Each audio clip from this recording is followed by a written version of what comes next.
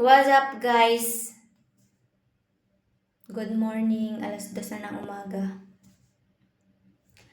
Shout out pala doon sa isang vlogger na pinag-iinitan din ng iba. Mang Juan Tamad. Tamad na nga yung pangalan mo, ang sipag-sipag mo mag-edit. Akala ko noon okay lang yung mga ginagawa mo. Okay lang na magnakaw ng videos at i-edit mo at i-post mo sa account mo. Akala ko noon, yung tamang panood lang ako sa'yo. Pero ngayon, ako na yung pinost mo. Ako na yung laman ng, YouTube mo. May pa-react ka pa. Natural lang. Natural lang po yun na yung pananalita ko, hindi ko po kasi magaya yung reaction ng aking Iloy. Hindi ko magagaya yon. Hindi naman kasi ako siya. Kung ano lang yung makaya kong panggaya sa reaction niya, yun lang po yun. Hanggang dun lang yun. Yung, hindi kasi ako mahilig mag-explain dito sa sa camera or sa video. Kasi nahihiya kasi ako. Mahilig lang akong magpabebe. Pero hindi po ako sanay na magbe-video katulad nito, magbe-video ako. Or i-explain yung sarili ko. Hindi po ako sanay. Mahiyain po ako. Ngayon, lahat ng videos ko, kinukuha mo. At ini-edit mo dun. Tapos tatawanan mo pa ako. Ibabash mo pa ako. Natural lang po kasi yun na hindi ko yun maipaliwanag ng mabuti. Wala kayo doon sa part na yun. Wala kayo sa part na yun. Hindi kayo yung taong ginaganon. At hindi ko sinasabing masama yun. Hindi ko sinasabing masama yung tao na yun. Kumbaga, dinidipinsahan ko lang din yung sarili ko. At wala ka doon sa part na nag-aaway kami. Kaya yung mga sinasabi ko doon, hindi ko po eksakto na maipaliwanag. Kaya parang magulo or hindi ko kasi masabi ng buo. Hindi ko masabi ng buo kasi hindi ako sanay na explain sa iba. Tahimik lang kasi ako. Nagpapabebe lang ako sa mga videos or mga post ko. Pero hindi po ako mismo yung magsasalita ako na mag-i-explain yung side ko or nahihiya kasi ako sa boses ko Nahiya ako. Ngayon, hindi ko naman akalain na mag-viral yun. Kaya pinapaliwanag ko yung sarili ko sa mga nambabash sa akin. Hindi ko naman po intensyon na siraan yung amo ko. Hindi yun. Kumbaga, ini-explain ko lang din yung side ko para madipinsahan ko man yung emotion ko sa mga sinasabi ng ibang tao sa akin. Okay, parang matatanggap ko naman yun na yun ang mga sinasabi nila kasi may mali din naman ako. Pero hindi po kasi, yung sinasabi mo kasi dun sa video na pinost mo is yung about sa kung ikaw yung abogado, ganun. Tama ba yun? At saka, hello, wala ka pong karapatan. Kaya nga po pala na madaming galit sa'yo kasi mahilig ka pong magnakaw ng videos ng iba.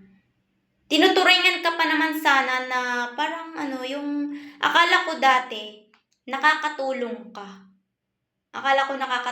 ka. Hindi pala.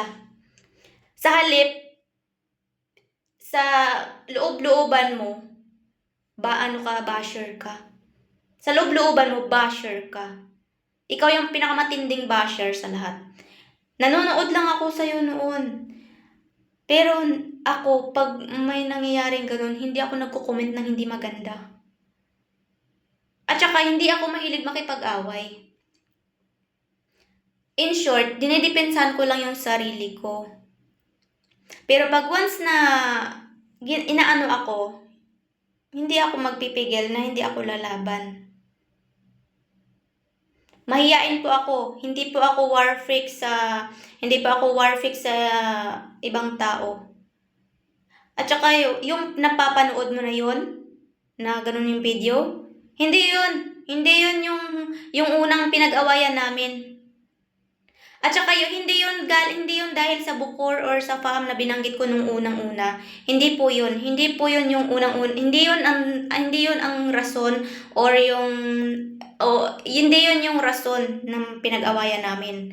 At hindi rin rason yung alaga ko. Nabanggit lang yun kasi sa una.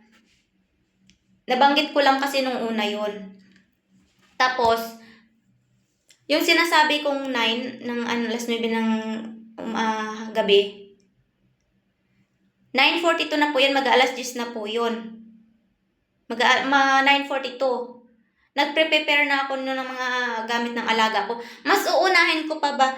At saka, sinabi ko lang yun na late na, pero kinuha ko yun. Kinuha ko yun sa baba. Na, kung ano yung inuutos niya, ginagawa ko yun. Kung ano yung sinasabi niya, ginagawa ko yun.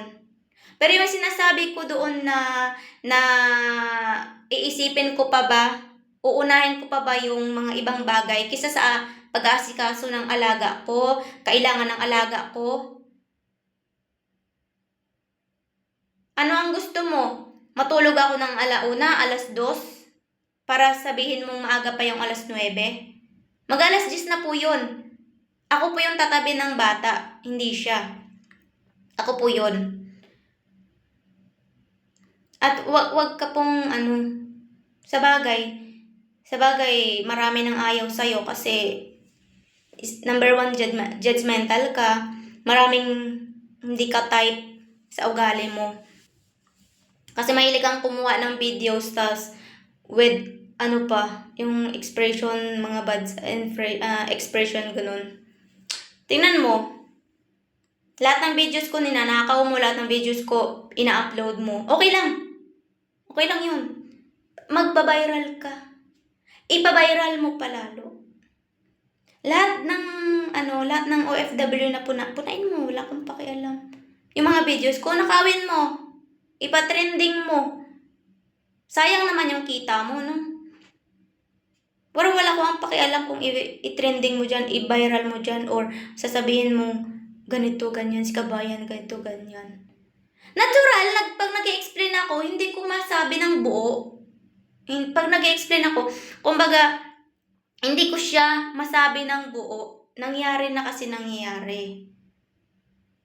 Dumaan na yung emotion na naghalo-halo na yung emotion. Kaya kung ano na lang na yung nabitawan natin. At ako kasi yung tipo na pag once nabitawan ko na, hindi minsan, pag hindi ko na yun maaalala, or hindi ko naman sa sinabing nakalimutan ko na agad. Hindi ko na maalala yung eksakto na reaction ko na pagkakasabi.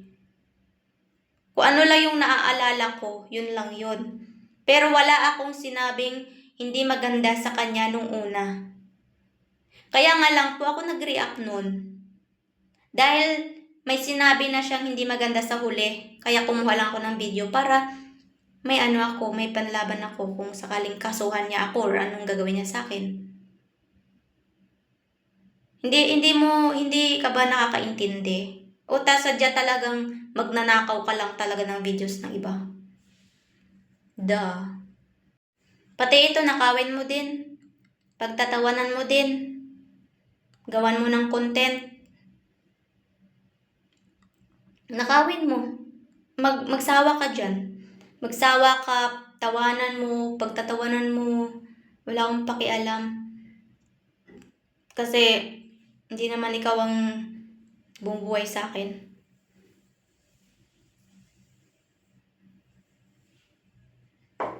Isa kang war ka.